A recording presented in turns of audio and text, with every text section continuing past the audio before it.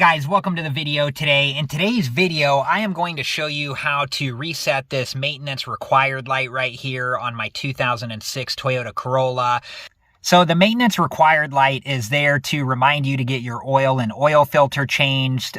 So when you do get your oil and oil filter changed, you reset the maintenance required light, then it will come back on as a reminder when it's time to get your oil and oil filter changed again. I'm going to show you how to reset it for the 2003 to 2008 Toyota Corolla years, and then also for the 2009 to 2013 Toyota Corolla years.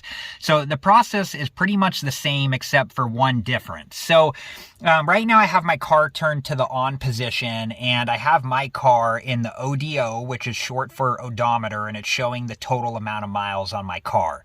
This will be what you want for the 2003 to 2008 Toyota Corolla years.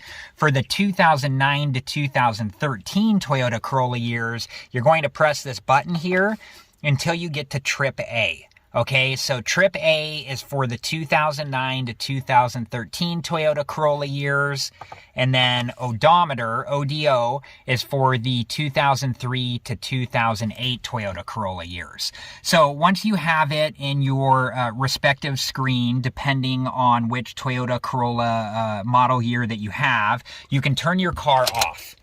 Okay, and the car didn't need to be on right there or to be started up. It just needed to be to the on position so you could, navigate between the different screens.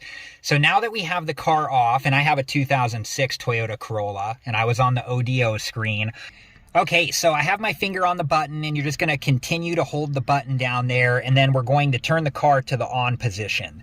And you don't need to start the car up, you just need to turn it to the on position. And you want to make sure that you continue to hold this button until all the lines count down, and then till the zeros show up.